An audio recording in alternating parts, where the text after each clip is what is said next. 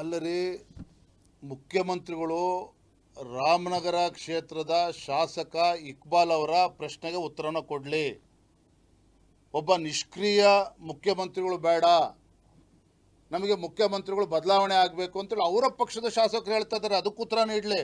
ಅಶೋಕ್ ಅವರು ವಿಜೇಂದ್ರನ್ ಹೇಳ್ತಾ ಇರೋದಕ್ಕೆ ಉತ್ತರ ಕೊಡೋದು ಬೇಡ. ನನಗೆ ಬಿ ಆರ್ ಪಾಟೀಲ್ ಪ್ರಶ್ನೆಗೆ ಉತ್ತರ ಕೊಡಲಿ.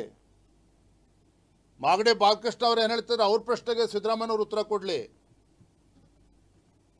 ಸ್ವತಃ ಮಲ್ಲಿಕಾರ್ಜುನ್ ಖರ್ಗೆ ಅವರು ಮುಖ್ಯಮಂತ್ರಿ ಬದಲಾವಣೆ ಬಗ್ಗೆ ಹೈಕಮಾಂಡ್ನಲ್ಲಿ ಚರ್ಚೆ ನಡೀತಾ ಇಲ್ಲ. ಅವರೇ ಹೇಳಿದಾರಲ್ಲ 100 ಜನ ಶಾಸಕರು ಡಿ ಕೆ ಶಿವಕುಮಾರ್ ಜೊತೆಲಿ ಇದ್ದಾರೆ ಅಂತೇಳಿ.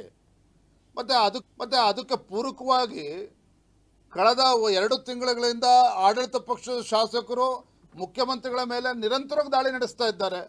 ಅಭಿವೃದ್ಧಿಗೆ ಹಣ ಕೊಡ್ತಾ ಇಲ್ಲ, ಇನ್ನೊಬ್ರು ಹೇಳ್ತಾರೆ ನಿಷ್ಕ್ರಿಯ ಮುಖ್ಯಮಂತ್ರಿಗಳು ಇನ್ಎಫಿಷಿಯೆಂಟ್ ಅಂತೇಳಿ ಅವರ ಎಮ್ ಎಲ್ ಎಗಳೇ ಸರ್ಟಿಫಿಕೇಟ್ ನೀಡ್ತಾ ಇದ್ದಾರೆ.